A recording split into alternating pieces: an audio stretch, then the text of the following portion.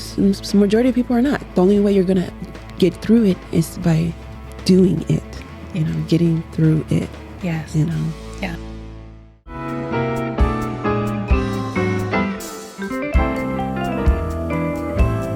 Welcome to Beyond the Casebooks podcast, where we're redefining the road to law school. I'm Micah, your host, and in each episode, we dive into the unique and inspiring journeys of law students, graduates, and professionals who have navigated the twists and turns of the legal world. Whether you're dreaming of law school, currently in the thick of it, or reflecting on the path you've already walked, this podcast is for you. So let's explore the stories behind the casebooks and discover what it truly takes to succeed in the world of law. Welcome to Beyond the Casebooks. I'm your host, Micah, and today we're going to talk with Trisha about her unconventional and untraditional journey through law school and her experiences. Hi, Trisha. Thanks for coming today. Hello, Micah. How are you? I am good. How are you doing? I'm doing good. Good. So let's let everybody kind of get to know you a little bit. I mean, of course, we know you went to law school and you're a lawyer now. Let's talk about a little bit of your background before law school. Like, what kind of work were you in? What was your... what got you there first? So before law school, I went to UCLA.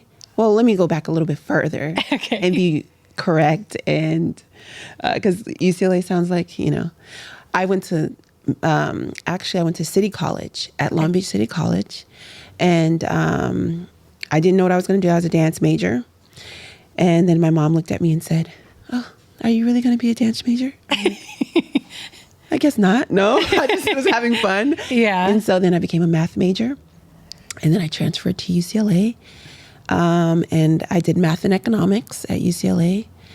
And then after that, I worked a little bit and got into logistics. And I did logistics for a little bit. And I liked it, but I knew it wasn't for me. And then I got a job that was a little insane. The people were a little insane.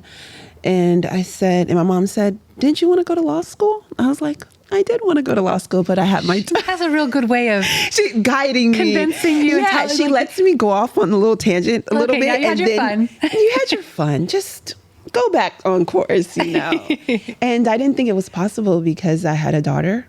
Mm-hmm. And I just wanted to work and take care of her and give her all the things that, I always wanted to give her. And my mom was like, "But you have me, so you can go to law school." And so that's what I did. I went to law school full time and, so then I took off. And so you started off with dance, then went to math, and then went to law school. What? I know there's artists in law and they actually make great attorneys. They have their extra stuff that they're really interested in. But where did this path, how connect some dots here? I feel like there's something missing. I mean, your mom obviously believed that is what would be good for you and that you would enjoy that. So, yeah. So, it was weird. When I was younger, I was always just like this natural good dancer. Mm-hmm. I kind of got into it just randomly. I did it, I would say, kind of late on a consistent basis where I took classes and stuff. I started ballet when I was like 12 or 13. Mm-hmm. But when you start ballet that late, it's kind of like hard to get it. But I was always a good dancer as far as like hip hop, modern jazz or something like that. But ballet was a little difficult. Mm-hmm. And so because I was so shy, it was hard for me to go into school, like high school, and do dance. And I would watch. Yeah, I would just watch the dancers. Like, I can do way better than that. But I was so shy, I wouldn't try out. I wouldn't audition. I wouldn't try out. So finally, when I got out of high school, I said, "No, I'm a good dancer. I'm going to be a dancer," and I did. I did it in City College for a little bit. And I was pretty good. And I enjoyed going to different auditions and things like that. And then I did modeling for a little bit. And when it came to math, when my mom, got my head on straight, she's like, "What would you want to major in?" And I was like, "Well, I guess the only thing I'm really good at is math, right? So I became a math major, and I was good at it and got into UCLA with it. And yeah, so it just took off. I do want to add, usually those who choose law school is because they're not good at math. I know myself and pretty much everybody else I know that's kind of like, well, I wanted to do an advanced degree, but I suck at math. And even when I get the thing for the tip at a restaurant, I turn it to Rocky. I mean, and I'm like, I can't do this. My brain just shut down. So that's unique. And I remember in law school that you're like, oh, I want to do tax law and numbers. And we're like, what? You're the only person on the face of the earth I've heard say that. And you wanted to use that for law, though. Yes. So math, I'm not good at like percentages, doing it all in my head. I'm not good at that part. Yeah. But the part about math that I'm good at is memorizing the formulas. Okay. And kind of understanding what it takes to get the right answer. Yeah. I'm really good at like calculus and things like that. Not necessarily the numbers part. Like if you give me a percentage, I'm probably done too. I can do it all on hand. Maybe I can get around the correct answer. But I was better at proofs and things like that than anything. Okay. Like the language part of math. I did want to be a tax attorney at first, but when I found out I have to go to more schooling. Nah. Forget that. I just was like, I cannot go back to school because I know you have to get an LLM, and I just didn't. I guess I still have time, and a lot of people think I will go back, but I just don't really have it in me. Yeah, I mean, law school drains your soul, and then you're a mom and you work full time, and then to add school on top of that, but like not just some basic pottery classes or something. Nothing against pottery classes, but it's not an arts or it's not a hobby-ish. It would be a huge career adjustment that you'd have to focus on. Exactly. I could see. Do you think that might, maybe when your daughter's gone on to college herself, that you might relook at it? I mean, everything can change between now and then, but is it something still a little bit in the back of your mind? It is. It is a little in the back of my mind. I did do a tax internship while I was at Trinity. Oh, okay. And it was a little boring. Oh, okay. You need something more stimulating, more exciting. Yeah. So after that internship, I realized I didn't want to do personal tax. So I don't want to do people like normal people. So I thought what would make me more happy is like tax evasion. Right? Oh, yeah. Go after those crimes. Yes, exactly. Some suspense to it. Exactly. Yeah. But then I got a little scared because somebody was like, usually those are the people who are doing federal, white collar crimes who are very affluent. They might try to take you out and all that. I was like, maybe that won't be good. Wow. But it did seem a little interesting. Unsafe, yeah. Yeah. And now it's a little unsafe. So I'm kind of like, I have a kid. Yeah. Maybe later in life when I don't care anymore. That kid. Yeah. That's where a kid holds you back. It does. For safety. It does. So, yeah. So you're... So you went to law school, and how was your experience with law school? I mean, obviously it's hard, but you're a mom, so how did that work with you? And you went full time, right? So what kind of adjustments did you make, and how were you able to handle that? Well, the only adjustment I made is that I stopped working. Okay. I actually, it was during COVID. So when I realized I took the LSAT and I said, I'm going to go to law school. I was going to quit my job. But during COVID, they let me go. So it was like, great. You guys are helping me out. Got a severance package, got all this stuff. That's nice. So I didn't have to quit because once you quit, that worked out better for you. It did. So I am grateful for that.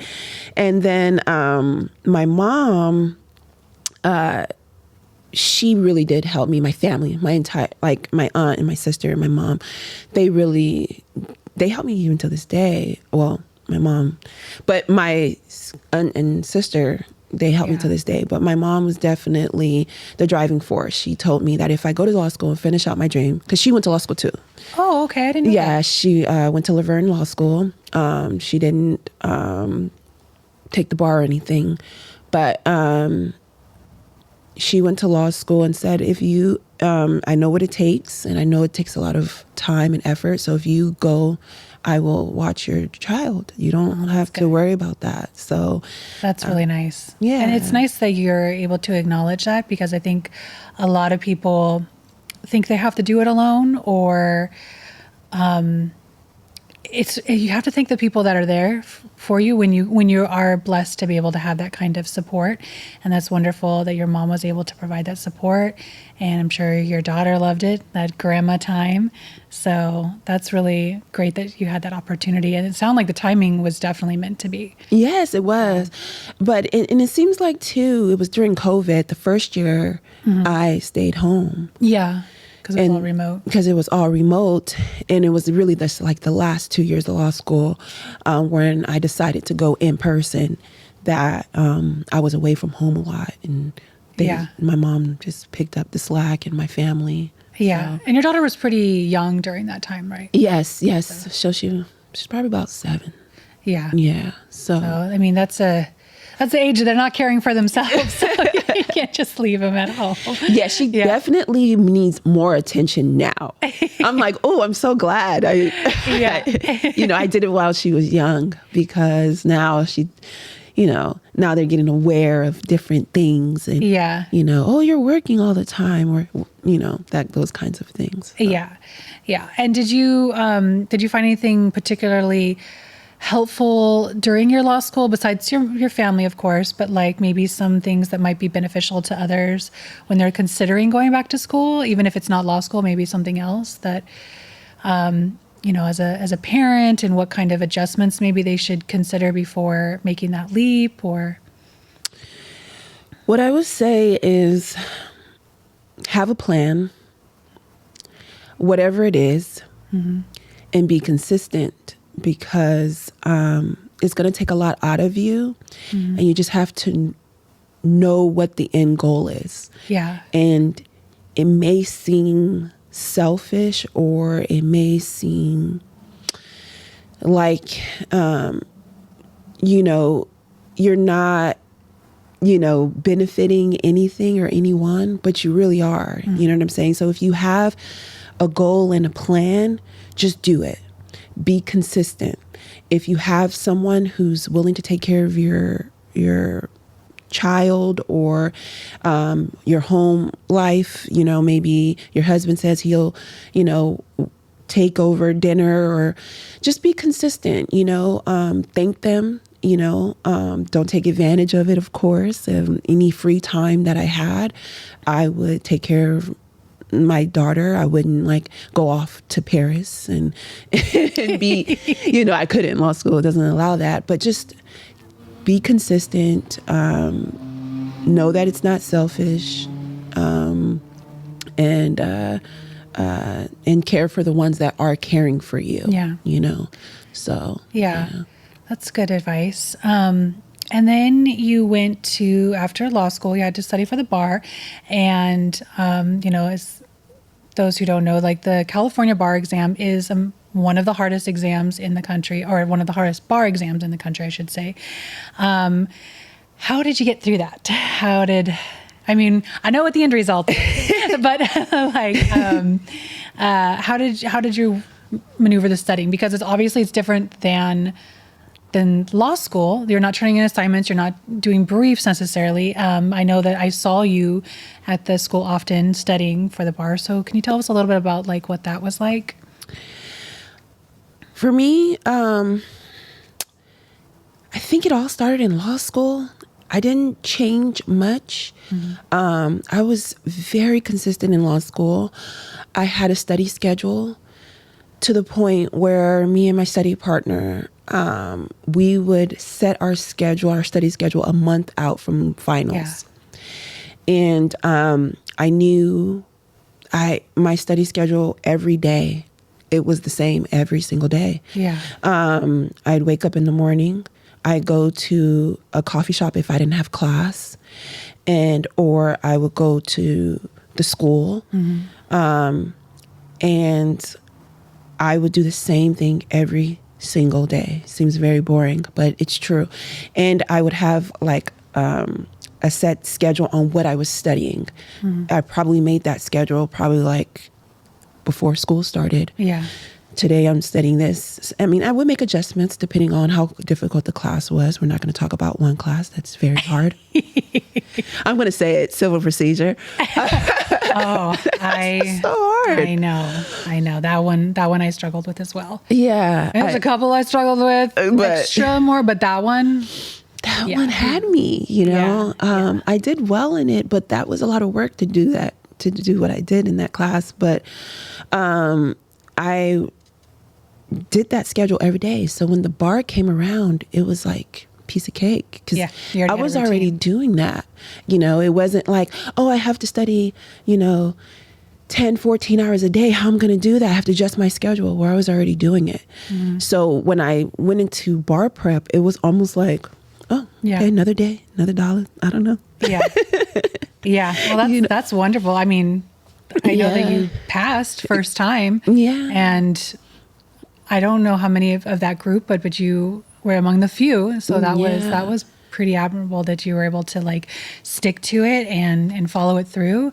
I would like to say too, I did start a little early. Okay. I didn't start in May. Okay. I started through the help of, I don't want to say any names, but many people. Somebody back in the studio. Oh, you can say his name. People say his name. Edna did shout outs to him all the time. So you're welcome to say his name. Okay. Thanks to people like Rocky, Katie, my mentor. I was able to, they told me to start my MBEs. And I did. I started my MBEs a year early. I'm going to say his name too, Professor Hallsclaw. Oh, yeah. Professor. That was my mentor. And they told me, you need to do MBEs, study. And I did it a year early. It wasn't like I was doing it all the time. I did do it every day, but it was like I did an hour of MBEs. Okay. Every day a year before the bar. Not a year, I would say like starting the summer before the bar. So like June to May. Yeah, that's like that's a year. That's close to a year. And that's a really good habit, because MBEs do trip a lot of people up. Like riddles. And it takes like one word or one little misunderstanding of a sentence to just make it horrible. Exactly. So and a lot of times when people see that they didn't pass, it's usually the MBEs are what got them. So, exactly. And getting that stamina. I don't know about you, but like when I would do MBEs in classes, I get bored and fatigue, and then I just start rushing through it, and I'm not even paying attention to the sentence. I'm just like, blah, blah, blah, and then that's when I'll get the bad ones. Yes. So it does, and all that is just training. All that, getting yourself used to just sitting there and doing that repetitively over and over again. And that's how I looked at it. Even just being able to sit for 3 hours, which I would do all the time just to get ready. That's actually why I went in person. It's because I felt like doing it from home wasn't realistic to the bar. And I have a little bit of anxiety. So I was like, I got to go in person. I'm not going to be able to take this test having all these people around me typing. And so I went in person just to get used to the atmosphere, get used to, having people doing random things that I don't understand, some noise. Noise. Like if we make our environment so pristine and so quiet, then when we're there, I know when Rocky took his bar and I was waiting for him outside, like there was an ambulance, there was a fire truck. I heard somebody had thrown up inside. Like, I don't know what was going on there, but it sounded like a war zone. Yeah. And I mean, he still got through it, but I was like, yeah. I remember just getting up from the bar and like, because we took a break and I turned around and like 2 people were gone. I said, oh my goodness. And the girl next to them were like, they left. They just left. Yeah. Sometimes people give up. Yeah. So too much. I just wanted to get used to the environment. To the chaos. To the chaos. So I'm going in person, you know. Yeah, I took the in-person classes. Thank God I did, because it was different. And I think my first in-person exam was constitutional law. Oh, okay. Yeah. And it's a good hard one. It's right a good hard. Yeah, in person. Yeah, in person. In person, and it was a midterm, and I froze, and I went blank the whole test. I didn't know anything. I didn't know what ripeness was. Nothing. It just went blank. Oh. Just because of my anxiety and like being in person, being around different people, taking exams. And so I knew like, oh my gosh, I can't have it again. And it didn't happen again, but yeah. That's good. I understand that nervousness. I had a speaker come to the school that I was going to introduce, my introduction person. And on my piece of paper from my notes, I had to put my own name on there. Like, hi, I'm Micah. You know, I was like, and my friends were like, what is this? I'm like, I will absolutely forget my name. I cannot think everybody is invisible. Like I can't, and it's not like, oh, just imagine underwear. Like that's worse. So I do find, because I wear glasses, I take them off. Everybody looks like they're underwater. So then I can't really see them. That kind of helped, but now I can't see my paper. So I totally understand those nerves can get, other people are like, oh, if you just practice a lot, nerves will, I'm like, no, that's not how it works. Nerves will destroy me. My survival skills are horrible. If you're going to go blank, like that's not a good tactic. You know, it's the same for me. Yeah. Like no matter, like I studied con law, like inside and out. I knew everything. Like I knew so much. And for me to go blank, it was like, everybody was like, maybe you studied too much. I'm like, no, I've been studying like this since before, when I was in city college. Like, when I was a math major, I studied. So I was like, no, it's the anxiety. You know, it's the it shut you down. It shut me down. I was like, what's ripeness? What's mootness? I don't know. I don't know what it is. Oh my gosh. Yeah. I think a lot of people understand that pain in law school or for any hard school program, and especially any graduate program, I can imagine. Yeah. So yeah, the bar is hard, but those are great. That's a great advice of just already starting your study skills. So it's just, you're just continuing on. You're not, and nothing's changed. I will briefly talk about for just a moment, if you're okay with it. Some things did change for you when you went into bar prep, and your support system changed. I know you're really, really close to your mother, and she was your major cheerleader and there for you and helped you with your child. And unfortunately, she passed away during that time. Yes. And did that alter you in how you were studying? Did that throw you off your gears? I mean, I saw you seemed to have it going together, but like if you could just touch base a little bit of what you're going through and then how you were able to just keep pushing forward, because I know you still pushed forward and I know you passed the bar the first time. So what helped you get through that? It's like a blur sometimes. And sometimes I get mad at myself because I feel like I'm a machine, or like, which I'm not. I'm actually very emotional. So I think I was oblivious. My mom was diagnosed with cancer in 2018, and I went to law school in 2020. So she already had cancer when I went to law school. Okay. She spent the first, when we first found out she was sick, she spent 2 months in the hospital. And she didn't tell me that she had cancer. She said it was her kidneys. And I was just like, okay. So we were in the hospital every day, Of course, medical information is confidential, so no one told us. But so I just believed her, of course. That's my mom. She, been there for me, loves me. And so I was used to her being in the hospital. And so when she got out of the hospital, I was like, oh my gosh, thank God, this is a miracle. Yeah. And then about a year later, she told me and my sister had an argument, and my mom, to stop us, she was just, guys, I'm sick. Like, you guys got to stop. You guys got to just love each other. And, I love my sister. And but how siblings just argue. She's like, I'm not going to be here forever. And I'm just like, we just both stopped, and I'm about to tear up now because I was just like, what are you talking about? Why are you talking like this? And she said, she finally told us, she was sick with cancer.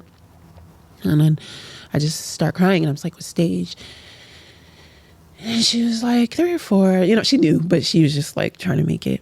And I was just like, wait, what? So I just start, doing research and stuff. And I was like, no, she got out the hospital. She'll be fine, And then, turns out that she was told she had a year to live. She wound up living 5 years. But when she went into the hospital, it was my last year of law school, and it was before I graduated. It was about March. It was March. And I dropped her off. And I dropped her off it was her regular appointment. It wasn't like something big happened. I dropped her off for her regular appointment. And I said, all right, Mom, I'm going to go study at the school. Call me if you need anything. I'll come back, get you. She's like, no. She had her friend who left pick her up from the hospital. I was like, okay. And then she's like, oh, they say I have to stay the night. I have to do this. I'm like, okay. I came that night, and then one day led to another day.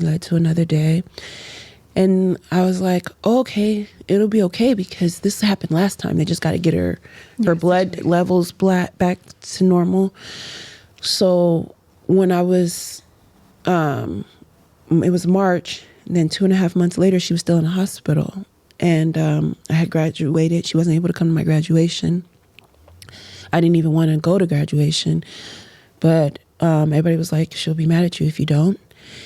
She was in the hospital. She was aware. I would spend days with her, stay the whole day. Or she was like, yeah, just go. I remember getting dressed for my graduation. I went to the hospital first.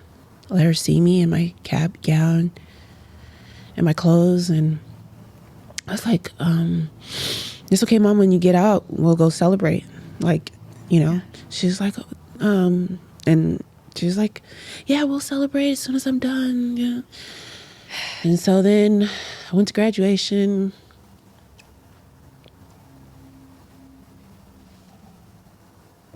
It's okay. But she wanted you to be focused on your dreams because that was her dream. Right. Oh. And it still was this oblivious, like, no, my mom's going to get out. I'm praying every day. I'm going to the hospital every day. She's going to get out. This is the same as 2018. This is nothing. Yeah. We got through it like that time. We'll get through it this time. And then after graduation, it seems like things got a little worse. And I entered bar prep. And the hospital was it was terrible.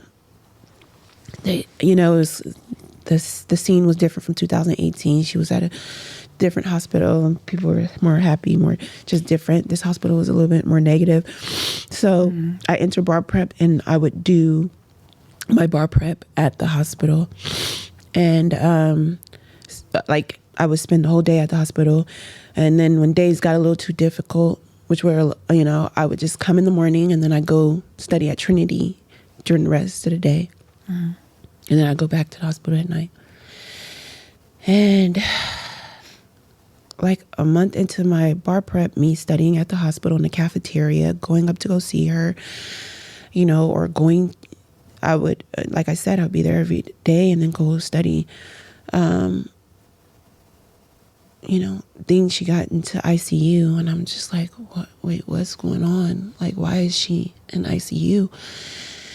She's like, oh, things are this or that. And it just became a blur to me. And then I felt like, because she passed away, I was already a month into my bar prep. She passed away in June. I started using bar prep as a escape almost. Just because I didn't want to do anything. I didn't want to go anywhere. So the bar just became like an outlet almost. And it's weird. Yeah, a distraction. So I would study, and then one day in June, she passed away right in the middle. And I just couldn't believe it, because I was like, how? She... I don't know. It was a big blur, and I don't know how many days I took off from bar prep. I know I took a few days. I took a few days off to get everything together. My family helped me a lot. But here you go. Thank you. I had to. I was still in the middle of bar prep. I had to plan a funeral. Had to, console family. And it was like a couple days that I was not bar prepping.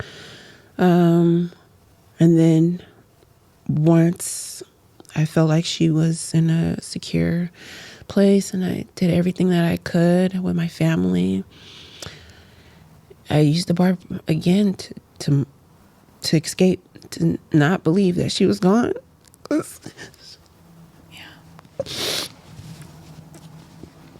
She was the one rooting for me the whole time. Yeah. She clearly was with you.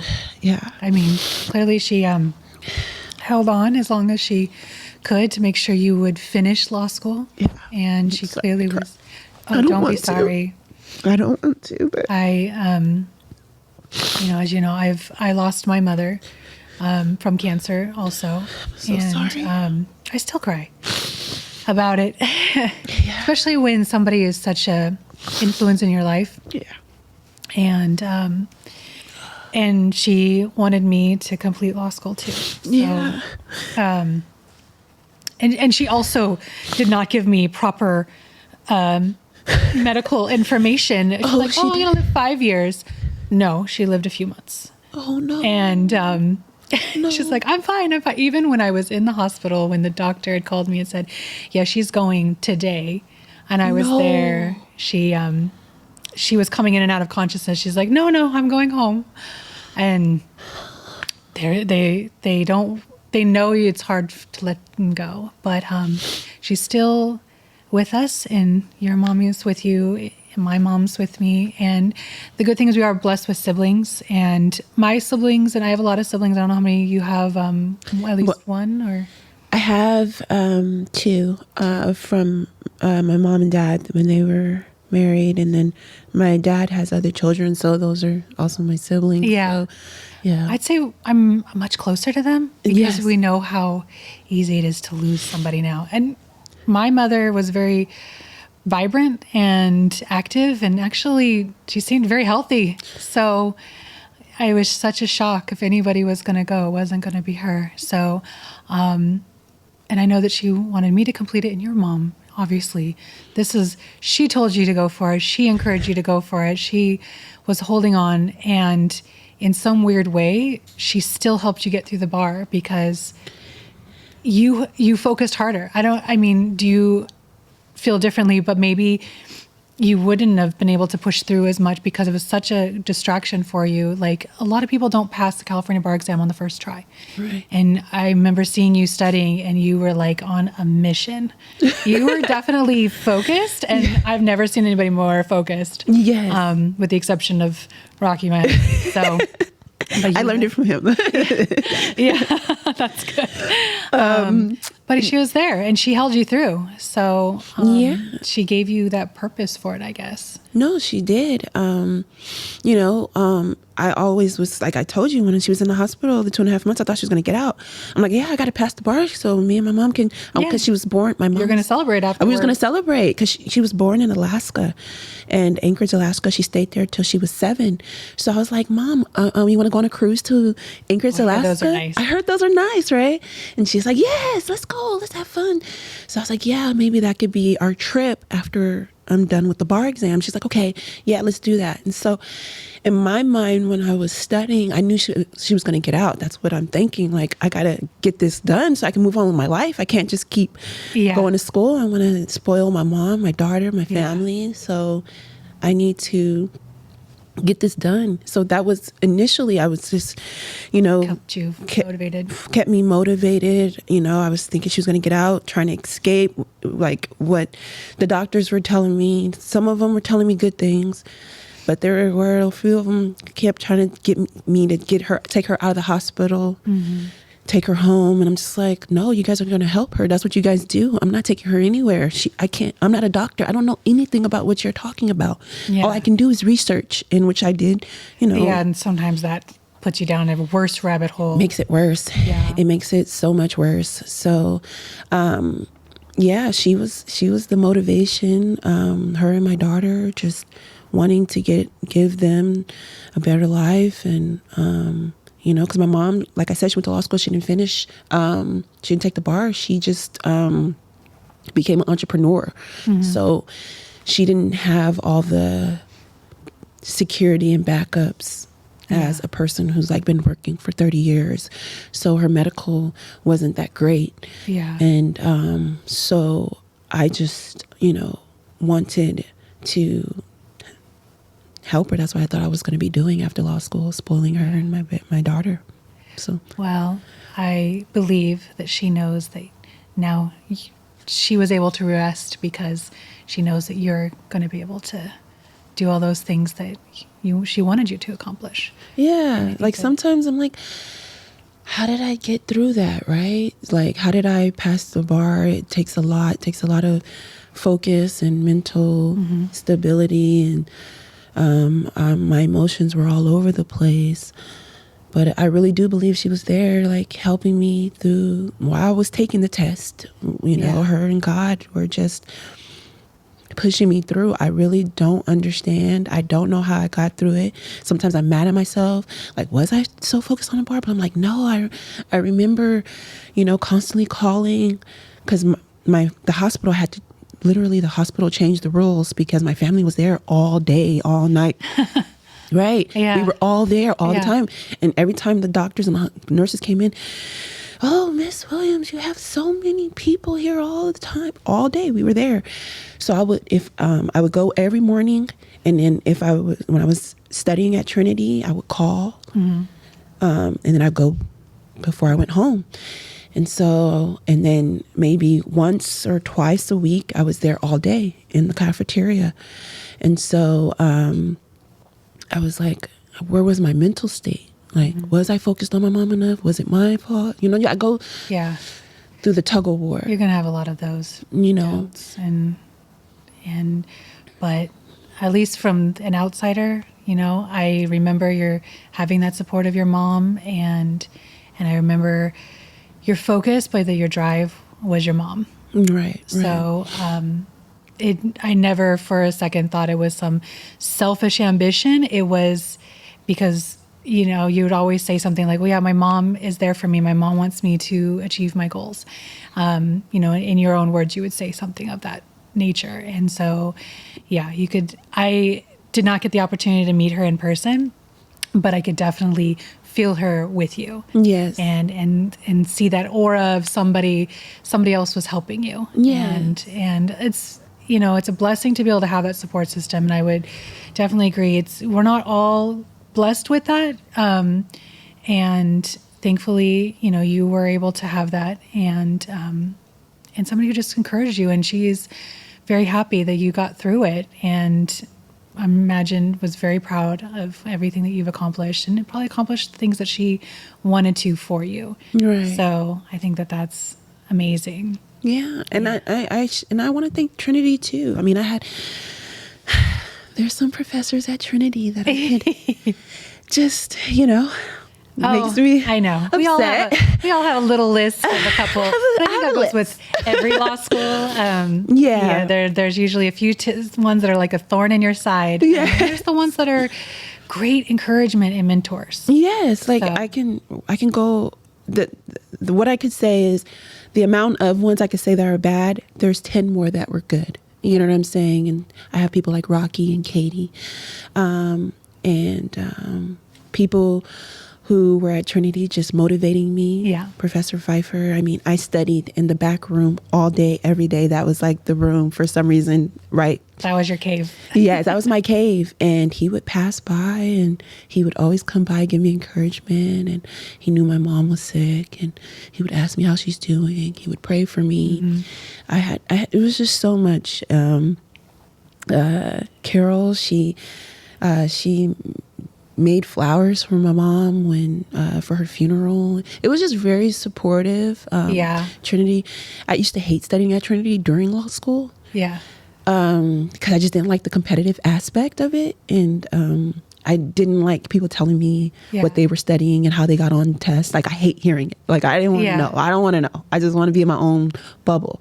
But when it came to the bar, it became like this support system. This support system. And I will say, that's a plus side of going to a law school or any school that has the same faith that you have. I mean, I could say it for all the other Christian schools, but I haven't gone to all of them, so I don't know if they're the same. But at least with Trinity, it felt like a family. Yeah. And people are praying for you. And they're sad for you when you're sad, and they're happy for you when you're happy, at least a good portion of the people around, and you can openly express that.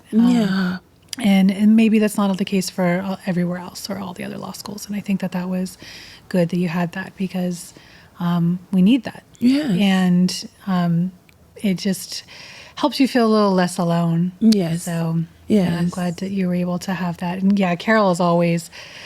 She is always the positive greeter and she knows so much of what's going on in our lives, and not in a nosy, busybody way, just how can I make life better for you today? What can I do to put a smile on your face? What can I do to take some of that stress away from you? And I really appreciate her for that. So yeah. And that's exactly how I felt with her. Like, it seems like when I walked in, I didn't tell her anything. She just knew. She would, she wouldn't ask either. She just try to make me feel better. Whether it was, she probably I baked a cake or... her baking. I mean, what was it like at the semester, in the fall semester? She does her chili and her cornbread, and then different times of years. And then, if there's a holiday, there's food involved. Exactly. Exactly.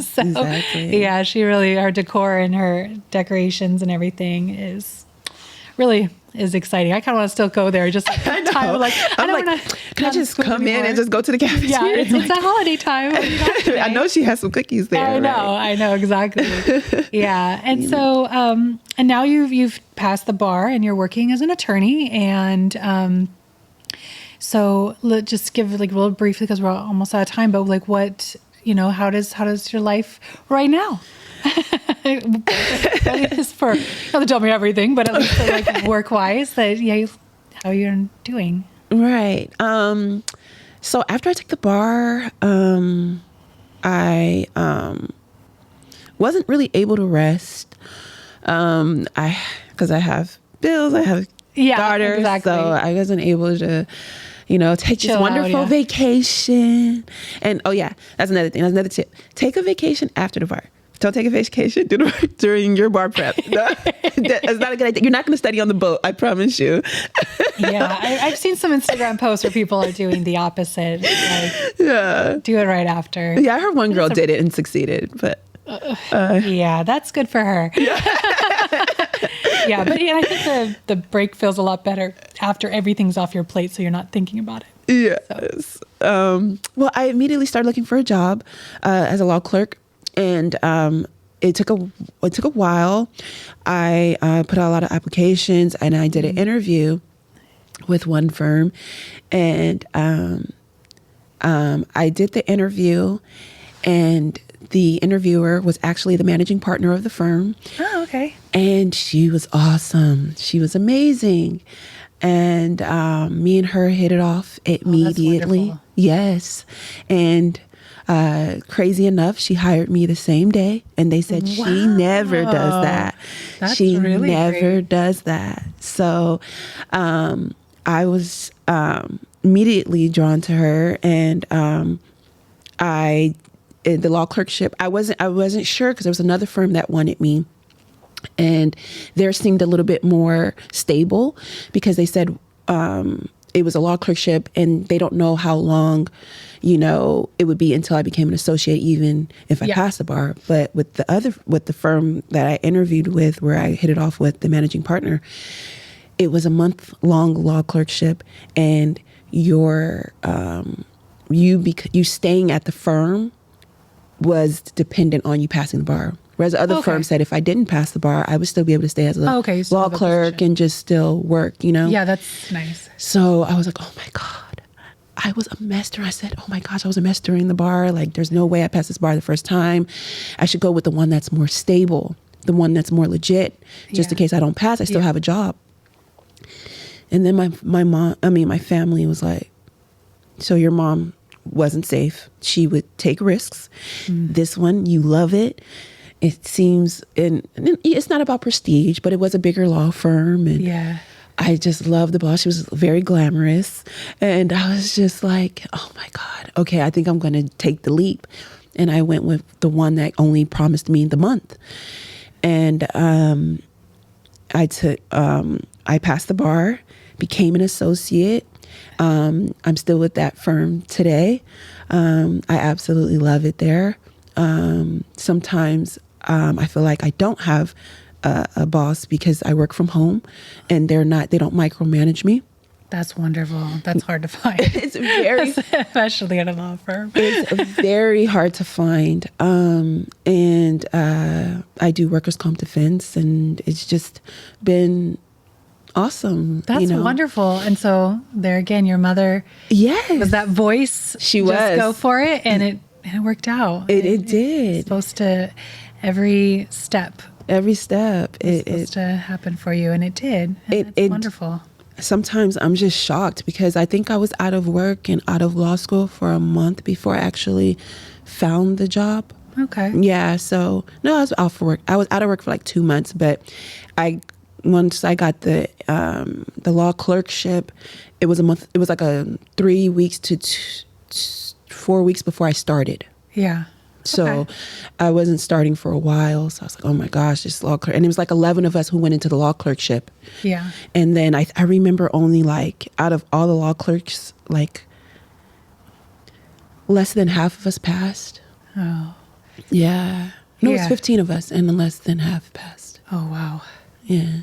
That's nerve-wracking. That's very nerve-wracking. But it is an anxiety-driven exam, so. Yeah, and they were from prestigious law schools, so I was kind of like, oh, I'm not gonna get this. Like, I'm not gonna pass. Feel like, good. Yeah, it did, and That's wonderful. Yeah.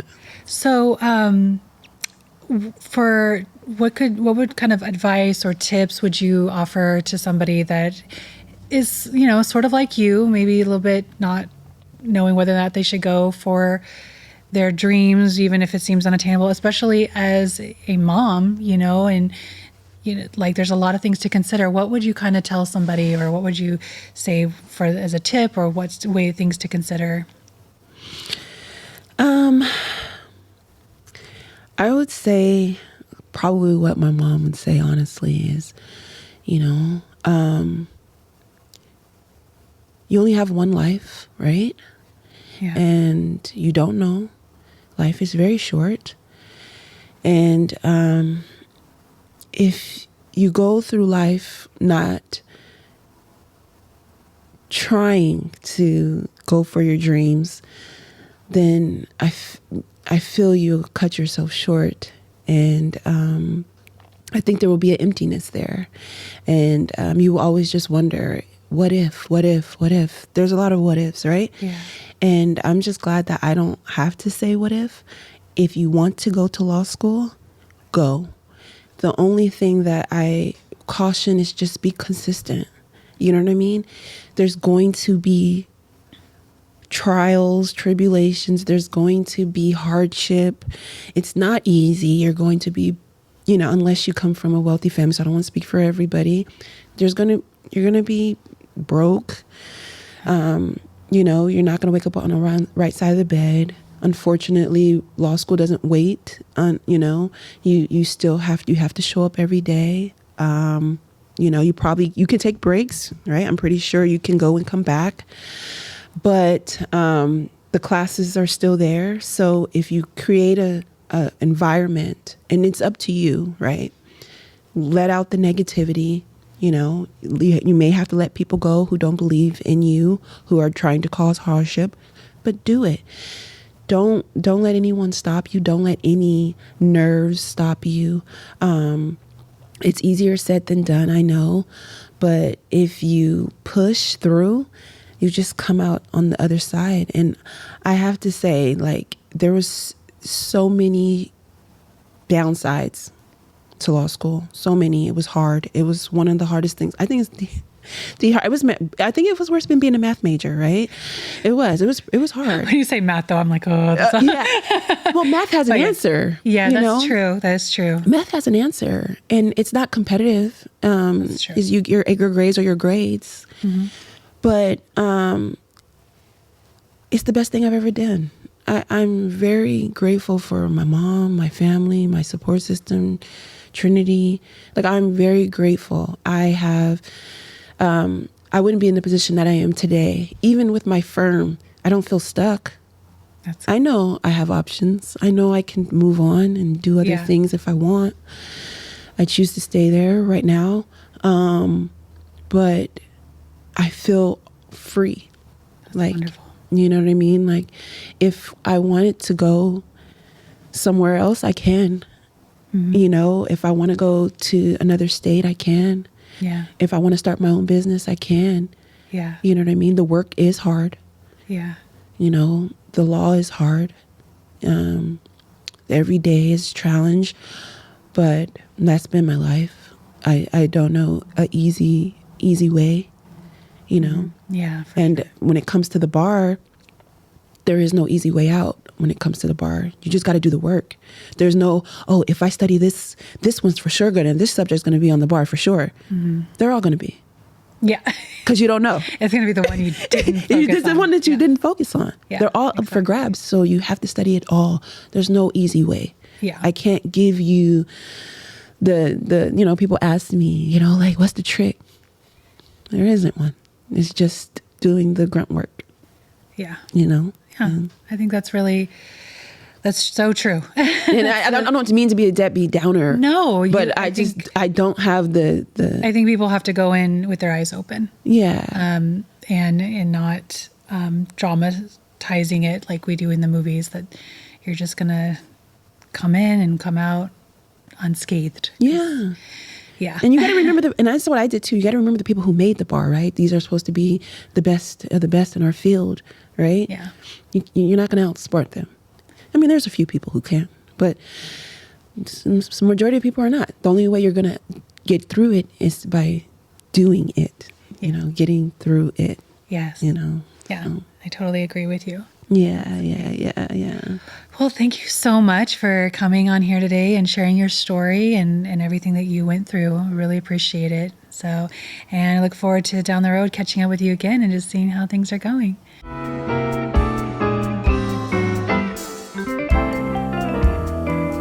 Thanks for joining us on this episode of Beyond the Casebooks podcast.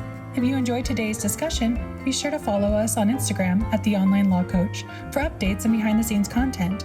You can also watch full episodes and more on our YouTube channel, The Online Law Coach. Don't forget to subscribe to Beyond the Casebooks podcast on Spotify and Apple Podcasts to stay up to date on new episodes. We'd love for you to leave a review and share your thoughts. It helps us reach more listeners just like you. Until next time, keep redefining the road to law school.